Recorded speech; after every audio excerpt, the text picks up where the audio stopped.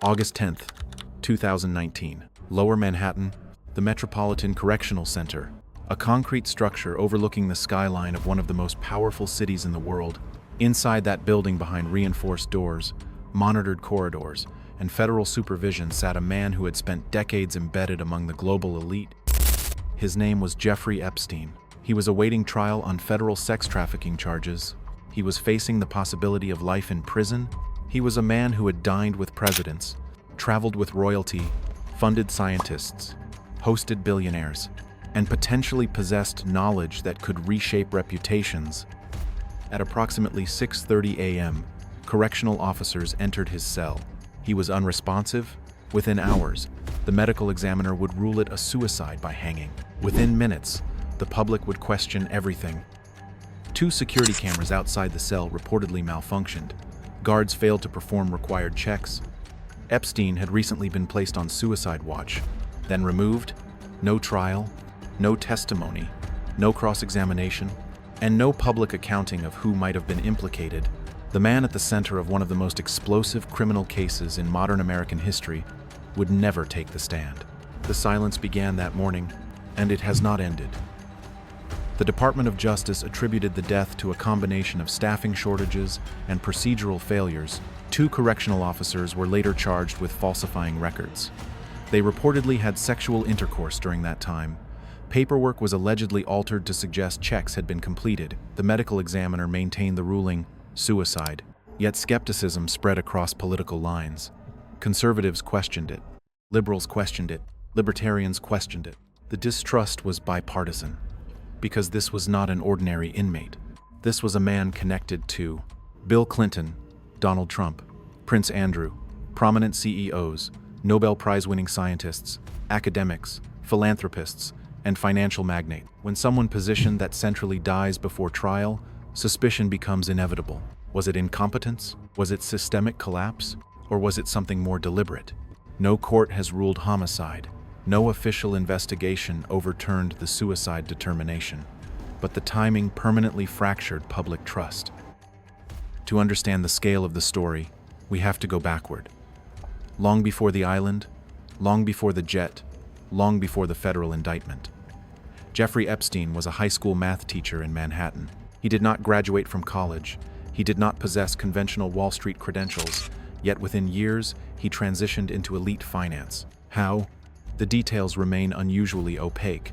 He briefly worked at Bear Stearns, then he founded his own financial firm. He marketed himself not as a broker but as a gatekeeper. He claimed exclusivity. He claimed he only worked with billionaires. Scarcity creates mystique. Mystique creates leverage. One relationship proved transformative. Leslie Wexner, founder of L Brands, Victoria's Secret, and Bath & Body Works. Wexner granted Epstein power of attorney, control over financial matters, access to properties, unprecedented authority. That endorsement functioned as validation. In elite circles, endorsement is oxygen. If one billionaire trusts you, others assume legitimacy. Epstein's rise accelerated. Epstein did not merely manage money. He engineered proximity. He hosted private dinners in Manhattan. He invited scientists, politicians, tech leaders. He positioned himself as a connector. He donated to academic institutions, funded research projects, attached his name to innovation. Elite ecosystems operate on reputation exchange. Epstein understood that dynamic intuitively. He didn't need to be the most powerful person in the room. He needed to sit at the table, and once seated, he stayed. Photographs from the 1990s and early 2000s show him among influential figures. Those figures later denied knowledge of criminal activity. Some distanced themselves.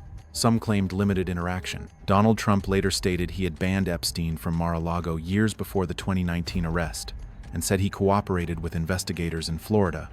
After Epstein's arrest, Trump publicly expressed approval of law enforcement actions, a move interpreted by some as distancing, by others as political calculation. No court established blackmail of specific presidents. No verified evidence proved systemic compromise. But Epstein's proximity to future and former presidents intensified suspicion once allegations surfaced, because proximity changes gravity, and gravity bends accountability.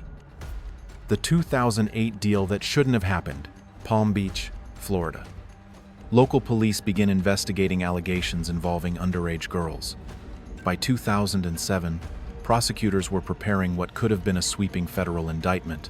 The potential charges were severe: sex trafficking, exploitation of minors, federal time. Instead, something unusual happened. In 2008, Epstein secured a controversial non-prosecution agreement. The deal was negotiated under federal oversight, involving then U.S. Attorney Alexander Acosta. Federal charges were dropped. Epstein pleaded guilty to state-level charges. He served 13 months in county jail. But even that sentence was highly irregular. He was granted work release privileges. He left jail 6 days a week, 12 hours a day. He returned at night. For a man accused of exploiting minors, the arrangement stunned legal observers. Victims later said they were not properly informed of the deal, a violation of the Crime Victims' Rights Act. According to later court findings, the message sent was not subtle. Money buys lawyers, lawyers negotiate leverage, leverage reshapes outcomes. Power protects power. The 2008 deal did not ignite national outrage immediately. The story faded. Epstein returned to Manhattan society. He attended events, hosted gatherings, maintained connections. Many institutions continued accepting his donations. Universities did not immediately sever ties. Financial circles did not universally blacklist him. Why? Elite ecosystems function on stability. Scandal threatens funding. Funding threatens programs. Programs threaten careers.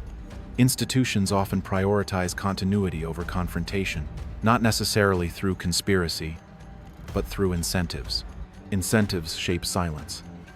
Little St. James, a 70-acre island in the United States Virgin Islands, purchased by Jeffrey Epstein, private residences, guest villas, a helipad, security staff, limited oversight, secluded, controlled, carefully managed, access by invitation, arrivals by private jet and boat.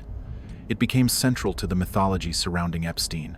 Flight logs later revealed travel by high-profile individuals over the years. Politicians, business figures, celebrities. Some acknowledged travel but denied knowledge of criminal conduct. Presence alone does not prove participation in crimes, but secrecy fuels suspicion. When powerful individuals gather in private settings without cameras, without press, without transparency, public imagination fills the void. The island became symbolic of insulation, a place beyond friction, a physical representation of elite isolation. The blackmail theory. Investigators reportedly discovered surveillance equipment inside some of Jeffrey Epstein's properties: cameras, recording systems, wired rooms. That revelation alone intensified public speculation. Because surveillance changes the nature of a private space, a guest bedroom becomes something else if it is recorded. A conversation becomes leverage if it is archived. Historically, intelligence agencies across the world have used compromising material, often referred to as compromat, to gain influence over powerful individuals, political leaders, business executives, and diplomats. The method is not new. It predates the digital age. Compromise someone privately, document it, hold it, use it only if necessary. That historical precedent fueled online theories about Epstein's operation. The structure raised questions: private island, private jet, private mansions in New York, Florida, New Mexico, and Paris. Extremely powerful guests, a culture of secrecy, and allegedly, surveillance. To many observers, the architecture appeared less like a simple criminal enterprise and more like a leverage network. The idea gained traction in online forums and commentary circles. Names began circulating. One of them was Mossad, Israel's national intelligence agency.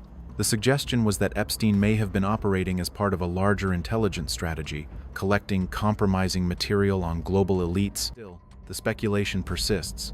Because the operational structure raises uncomfortable questions. Why did a former high school teacher, with no formal financial credentials, gain access to royalty, presidents, billionaires, Nobel Prize winners?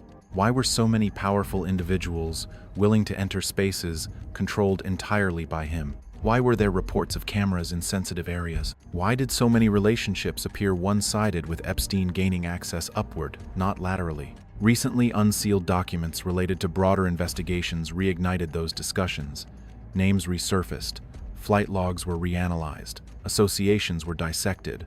But association is not participation, and presence is not proof of knowledge. The blackmail theory rests on a simple premise. If you control private environment, if you invite powerful people, if you record what happens inside those walls, you possess leverage. Leverage does not require public exposure to be effective. It requires fear. The fear that something could be revealed. The fear that reputations could collapse overnight. The fear that careers, companies, or governments could suffer irreversible damage. In that framework, silence becomes rational, distance becomes strategic, memory becomes selective. But again, possibility is not proof. Speculation is not confirmation. No court established systemic blackmail of presidents or billionaires. No legal finding declared the existence of a global compromat operation. And yet, the theory remains embedded in public discourse because leverage explains silence. Leverage explains continued access. Leverage explains why powerful individuals might hesitate to speak, and silence is what followed. After Epstein's arrest, after his death inside the Metropolitan Correctional Center, after the cameras, the documents, the headlines, silence, few sweeping revelations, few dramatic public confrontations, few definitive answers. In the absence of transparency, narratives expand. When facts are limited, theories multiply. The blackmail theory thrives not because it is proven, but because it feels structurally plausible to many observers. Private locations, powerful guests, recorded environments, secrecy. It is a framework that resembles known intelligence, tradecraft, but resemblance is not evidence. And until evidence is presented in a court of law, the theory remains exactly what it is. A theory, persistent, unproven, and powerful enough to shape how the Epstein story is remembered. The 2019 arrest. July 2019. Federal prosecutors in New York charged Epstein with sex trafficking and conspiracy. This time, the indictment was expansive. This time, the case appeared insulated from Florida's precedent. Bail was denied. He was placed in a federal detention facility. The trial promised discovery, subpoenas, depositions, financial tracing, communication records. If there were powerful individuals implicated in wrongdoing, this trial might have revealed them. Then came August 10th. The night. Reports later revealed multiple procedural failures. 2 guards allegedly fell asleep. Security rounds were skipped. Paperwork was falsified. Cameras outside the cell malfunctioned. Epstein had previously been placed on suicide watch. He was removed. The convergence of errors was extraordinary. Attorney General at the time publicly called it a serious irregularity. The public response was immediate disbelief. Across political lines, left and right, trust collapsed. Suicide or something else? The official ruling remains suicide. The medical examiner concluded death by hanging. Some forensic experts supported that conclusion. Others questioned aspects of neck fractures observed during autopsy. Independent pathologists expressed differing interpretations. No court ruling overturned the suicide determination. No homicide finding was issued. But the timing just weeks before trial amplified suspicions. If Epstein possessed damaging information, that information would never be tested in court. No cross-examination, no testimony, no sealed evidence exposed through trial. The silence became permanent. In 2021, Ghislaine Maxwell was convicted in federal court for helping recruit and groom underage girls for Jeffrey Epstein. The verdict was historic. For years, she had been described as the gatekeeper, the facilitator, the person who bridged the gap between vulnerable teenagers and a world of wealth and power. Her trial pulled back part of the curtain. Jurors heard testimony describing recruitment tactics, how trust was built slowly, how introductions were framed as opportunities, how luxury was used as bait, how isolation was used as control. The language that surfaced in court was clinical and disturbing at the same time. Grooming strategies, normalization, desensitization, systematic exploitation. Witnesses described how young girls were approached in everyday places, schools, spas, social environments, and drawn into an orbit that felt glamorous at first. Travel, money, access. And then came pressure, expectation, escalation. The structure, as presented in court, was organized. It was not random. It was not chaotic. It was repeatable. And that repetition suggested design. The prosecution argued that Maxwell played a central role in that design. She scheduled, she reassured, she vouched for Epstein, she helped create an environment where victims felt both indebted and trapped. The jury ultimately agreed, conviction, 20-year sentence, accountability, at least at one level. But the trial had boundaries. It was not a sweeping inquiry into every powerful individual who had ever crossed paths with Epstein. It was not a public reckoning for global elites. The courtroom remained focused on the crimes directly tied to the charges. Specific victims, specific acts, specific timelines. And when the verdict was delivered, many observers asked the same question. Was that it? No former president was charged through that trial. No billionaire mogul faced criminal indictment as a result of Maxwell's prosecution. No cascade of elite defendants followed. The broader network's social, financial, political, remained structurally intact. Institutions continued operating. Universities maintained their endowments. Corporations continued trading on global markets. Political campaigns continued fundraising. Careers continued advancing. Boardrooms remained filled. Governments continued legislating. Markets continued functioning. The system endured. For some, that outcome reinforced the belief that the Epstein case endures because it intersects with wealth, sex, power, secrecy, death. It challenges assumptions about accountability. It raises questions about institutional protection. It exposes how reputation can function as armor. It illustrates how proximity to power alters gravity, even without proven intelligence ties, even without proven systemic blackmail, even without a homicide ruling.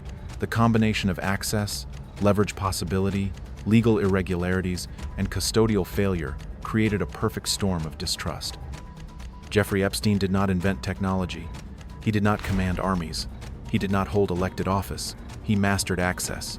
He understood proximity, how being near power can feel like power itself, how influence can be borrowed, how introductions can become currency. For decades, proximity functioned as armor, not because it made him untouchable, but because it made scrutiny uncomfortable. People hesitate to question those who stand beside presidents, princes, and billionaires. They assume legitimacy through association. They assume vetting has already occurred, until scrutiny outweighed influence. Until the shield of access fractured under public pressure, his arrest suggested a reckoning was coming. A courtroom, testimony under oath, cross-examination, and names spoken plainly. But his death prevented that public reckoning. No full narrative was constructed in open court. No complete map of relationships was formally drawn. And in the absence of testimony, speculation fills space. When exposure is interrupted, doubt becomes permanent. Questions harden, theories expand. The system survived him, institutions continued, careers continued, power adjusted and moved forward. But the questions survived too, because when power shields itself long enough, the shield becomes invisible. It feels normal, structural, and unquestionable, until something cracks it. And when it cracks, the echo lasts longer than the evidence.